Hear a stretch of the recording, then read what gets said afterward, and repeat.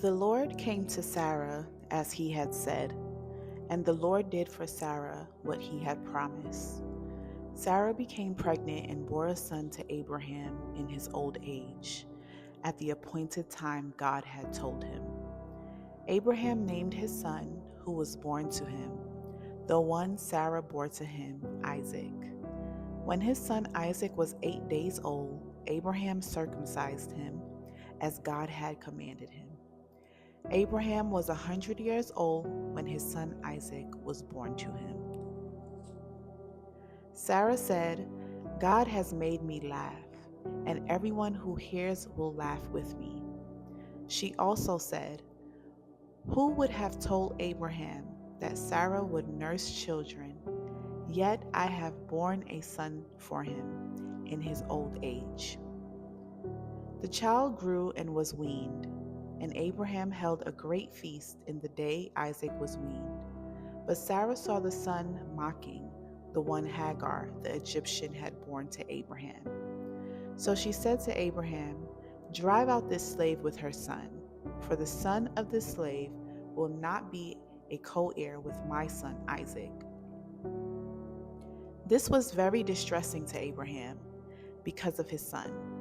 But God said to Abraham, do not be distressed about the boy and about your slave. Whatever Sarah says to you, listen to her, because your offspring will be traced through Isaac. And I will also make a nation of the slave's son, because he is your offspring. Early in the morning, Abraham got up, took bread and a water skin, put them on Hagar's shoulders, and sent her and the boy away. She left and wandered in the wilderness of Beersheba. When the water in the skin was gone, she left the boy under one of the bushes and went and sat at a distance, about a bow shot away. For she said, I can't bear to watch the boy die. While she sat at a distance, she wept loudly. God heard the boy crying, and the angel of God called to Hagar from heaven and said to her, what's wrong, Hagar? Don't be afraid, for God has heard the boy crying from the place where he is. Get up, help the boy up, and grasp his hand, for I will make him a great nation. Then God opened her eyes, and she saw a well. So she went and filled the water skin and gave the boy a drink. God was with the boy, and he grew. He settled in the wilderness and became an archer. He settled in the wilderness of Paran, and his mother got a wife for him from the land of Egypt. At that time, Abimelech, accompanied by Phicol, the commander of his army, said to Abraham, God is with you in everything you do. Swear to me by God here and now that you will not break an agreement with me or with my children and descendants. As I have been loyal to you, so you will be loyal to me and to the country where you are a resident alien.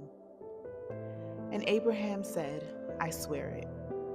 But Abraham complained to Abimelech because of the well that Abimelech's servants had seized. Abimelech replied, I don't know who did this thing. You didn't report anything to me, so I hadn't heard about it until today. Abraham took flocks and herds and gave them to Abimelech, and the two of them made a covenant. Abraham separated 7 ewe lambs from the flock, and Abimelech said to Abraham, why have you separated these 7 ewe lambs? He replied, you are to accept the 7 ewe lambs from me, so that this act will serve as my witness that I dug this well. Therefore that place was called Beersheba, because it was there that the two of them swore an oath. After they had made a covenant at Beersheba, Abimelech and Phicol, the commander of his army, left and returned to the land of the Philistines. Abraham planted a tamarisk tree in Beersheba, and there he called on the name of the Lord, the everlasting God. And Abraham lived as an alien in the land of the Philistine for many days.